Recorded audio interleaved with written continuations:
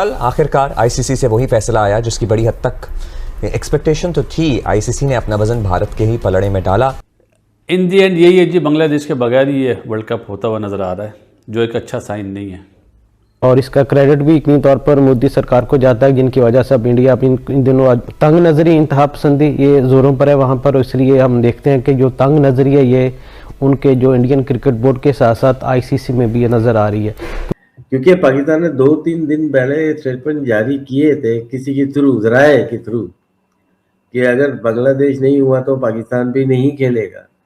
अब मुश्किल पता क्या हो गया, एक और मुश्किल चीज हो गई है ना कि 14-2 हो गया, तो ये आइसोलेट होने वाली बात है। तो पाकिस्तान कहाँ खड़ा होगा? वैसे ही पाकिस्तान की पोजीशन आईसीसी में इतनी अच्छी नहीं है। हम लोग कहते चले आ रहे हैं कि आईसीसी इंडियन क्रिकेट काउंसिल है, वो डोमिनेट कर रहे हैं। इतना प्रेशर बनने के बावजूद उन्होंने बांग्लादेश के लिए सरे तस्लीम कम नहीं किया है। अब इंडिया जो कि अमीर है, क्रिकेट में बहुत ज्यादा उसका हिस्सा है, पैसा उसकी तरफ से आता है, तो जितने क्रिकेट बोर्ड हैं सारे उसके साथ होते हैं। ड्रामा है सब, ठीक है ना। तो इस तरह कभी भी नहीं हो सकता कि आप बांग्लादेश को हटा के जी आप स्कॉटलैंड को लेके आ जाएं, आप फलानी टीम को जो है वो लेके आ जाएं। उनको थ्रेट्स है, ठीक है, उन्होंने बोला हमें शिफ्ट करो तो आपको शिफ्ट करना पड़ेगा। अगर आप नहीं शिफ्ट कर रहे तो ऐसा नहीं हो सकता। इंडिया के लिए डिफरेंट रूल्स हैं और दूसरी टीम के लिए भाई डिफरेंट रूल्स हैं। इस तरीके से नहीं होना चाहिए।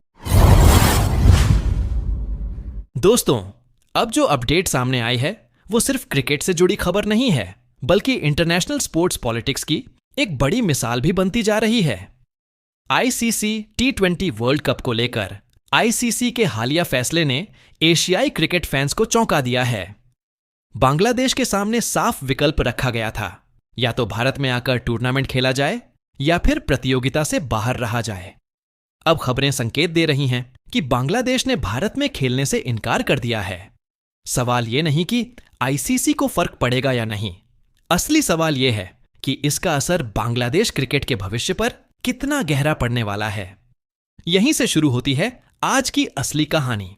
और कल आखिरकार आईसीसी से वही फैसला आया जिसकी बड़ी हद तक एक्सपेक्टेशन तो थी। आईसीसी ने अपना वजन भारत के ही पलड़े में डाला। बांग्लादेश को बता दिया है कि वर्ल्ड कप खेलना है तो खेलें, भारत जाकर ही खेलना पड़ेगा, वरना फिर हम रिप्लेस कर देंगे। मुझे ना एक बड़े मिक्स्ड इमोशंस हैं इस रूलिंग से कि अगर खेलना है तो खेलेंगे और इधर ही आके खेलेंगे, वरना यू आर आउट। मतलब सोचें ज़रा, कोई इंडिया को भी ये कहे ना कभी। पाकिस्तान पहले ही आपको पता है कि कह चुका है कि वो बांग्लादेश के मौक़िफ़ की हिमायत करता है। और अब देखना ये है कि पाकिस्तान क्रिकेट बोर्ड की जानिब से क्या फैसला सामने आया। और इस बात पर लोगों को हैरत नहीं हुई कि आईसीसी ने एक तरह से भारत को क्लीन चिट दे दी है। बांग्लादेश क्रिकेट बोर्ड अपने मैचेस न्यूट्रल वेन्यू पर खेलने पर अभी भी कायम है। पाकिस्तान क्रिकेट बोर्ड वाज़ेह तौर पर कह चुका है कि वो बांग्लादेश के साथ डटकर खड़ा है। अगर बांग्लादेश को आउट करने पर पाकिस्तान भी टूर्नामेंट में शिरकत ना करने का फैसला करता है तो इस टूर्नामेंट की फिर क्या हैसियत रह जाती है, ये भी एक अहम सवाल है। लेकिन क्या रिपरकशंस होंगे? राशिद भाई, पाकिस्तान ऑब्वियसली एक मॉरल स्टांस भी था बांग्लादेश के साथ। वैसे लेट इट बी सेड कि पाकिस्तान को जब ऐसे कोई इश्यूज थे तो कोई साथ पाकिस्तान के नहीं था।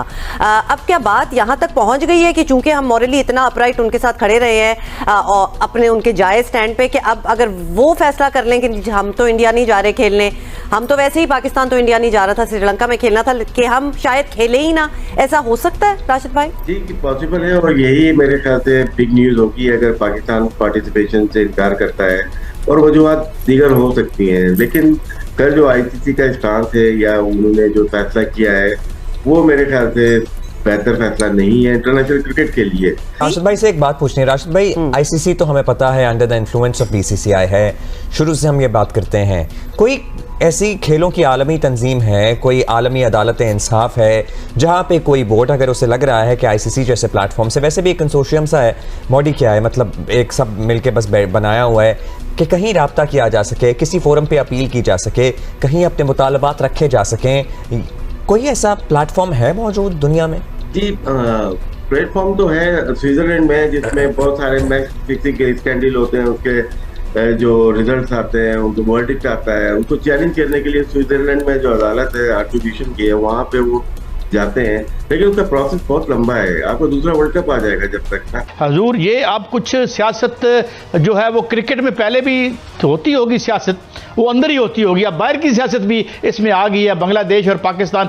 अब पाकिस्तान और बांग्लादेश अगर नहीं खेलते तो उसका क्या एतबार रह जाएगा उस कप का? और क्या अब जिस तरह रीजनल अलायंसेस पॉलिटिकली बन रहे हैं, क्या वर्ल्ड कप ही अलग होगा, अलग मुल्कों का होगा? आप कैसे देख रहे हैं बेग साहब?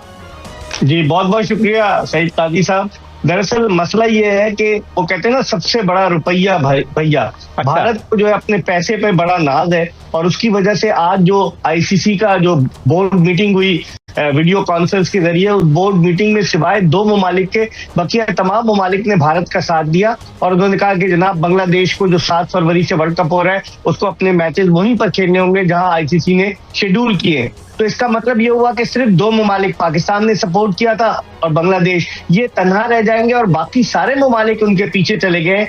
मैं तो हैरान हूँ, श्रीलंका भी उनके साथ शामिल हो गया है, अफगानिस्तान भी शामिल हो गया। तो अब इससे आपने जो काजी साहब कहा ना कि क्या क्रिकेट के 2 वर्ल्ड कप होंगे, स्प्लिट तो होने जा रहा है, लेकिन स्प्लिट होने के लिए ज्यादा ममालिक का होना जरूरी था। सिर्फ 2 ममालिक तो कुछ नहीं कर सकते। और खास तौर पर भारत, जब से भारत के अमित शाह जो वजीर दाखिला है, उनके साहबजादे जय शाह, जब से वो क्रिकेट की दुनिया में आए हैं, और 2014 से जब से मोदी हुकूमत जो है भारत में आई है, उसके बाद से क्रिकेट एज अ टूल इस्तेमाल कर रहे हैं। और अब जय शाह जो है वो आईसीसी के चेयरमैन है, संजीव गुप्ता जो है वो आईसीसी के चीफ एग्जीक्यूटिव है। तो इसका मतलब है ये इंडियन क्रिकेट काउंसिल हो गई, इंटरनेशनल क्रिकेट काउंसिल नहीं रही। लेकिन बेग साहब आपने बात की कि सबसे बड़ा रुपया कहाँ से आएगा? अगर पाकिस्तान बांग्लादेश नहीं खेलेंगे इंडिया के साथ, वहां पर इंडिया और पाकिस्तान और इंडिया का मैच नहीं होगा, तो फिर ये तो रुपया तो आएगा ही नहीं। तो भारत जो है वो ये वर्ल्ड कप की क्या क्रेडिबिलिटी रह जाएगी? जहां जय शाह की बात की आपने,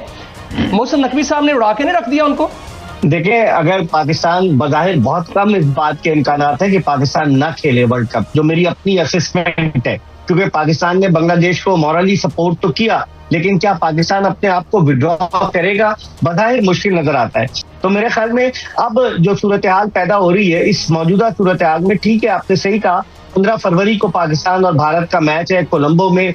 करोड़ों रुपए जो स्पॉन्सर्स चाहते यही है कि जो भी आईसीसी का इवेंट हो उसमें स्पॉन्सर्स की ख्वाहिश होती है कि एक ग्रुप में पाकिस्तान और भारत को रखा जाए, और एक ग्रुप में हमेशा होते हैं ताकि ग्रुप का मैच अलग हो, क्वालिफाई करते वो अलग मैच हो। जिस तरह आपने एशिया कप में देखा, अंतर फायदा जो है वो ब्रॉडकास्टर्स को पहुंचा। तो मेरे ख्याल में अभी पाकिस्तान इतना हार्श, इतने एक्सट्रीम पर नहीं जाएगा। पाकिस्तान आंखें जरूर दिखा रहा है, लेकिन मुझे नहीं लगता कि पाकिस्तान वर्ल्ड कप का बॉयकॉट करे।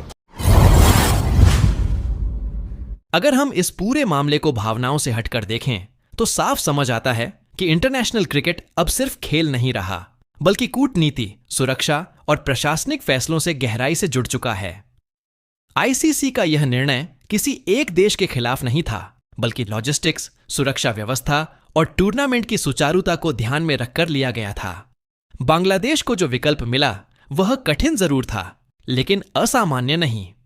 कई बार बोर्ड्स को ऐसे फैसले लेने पड़ते हैं जिनका असर लंबी अवधि में दिखाई देता है। अगर बांग्लादेश इस टूर्नामेंट से बाहर रहता है तो नुकसान आईसीसी या टूर्नामेंट को नहीं, बल्कि बांग्लादेशी खिलाड़ियों को होगा, जो बड़े मंच पर खुद को साबित करने का मौका खो देंगे। युवा खिलाड़ियों की एक्सपोजर, स्पॉन्सरशिप अपॉर्चुनिटीज और ग्लोबल रैंकिंग ऑल कुछ प्रभावित होगा।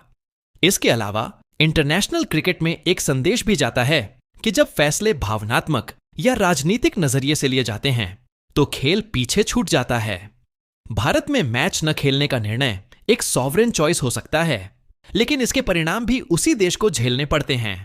क्रिकेट इतिहास गवाह है कि जो टीमें कंसिस्टेंसी और पार्टिसिपेशन बनाए रखती हैं वही आगे चलकर मजबूत बनती हैं। अंत में यही कहा जा सकता है कि यह मामला सिर्फ एक टूर्नामेंट का नहीं, बल्कि भविष्य की रणनीति का है। आने वाले समय में बांग्लादेश क्रिकेट बोर्ड किस दिशा में जाता है, यह तय करेगा कि यह फैसला एक मजबूत स्टैंड था या एक बड़ी चूक।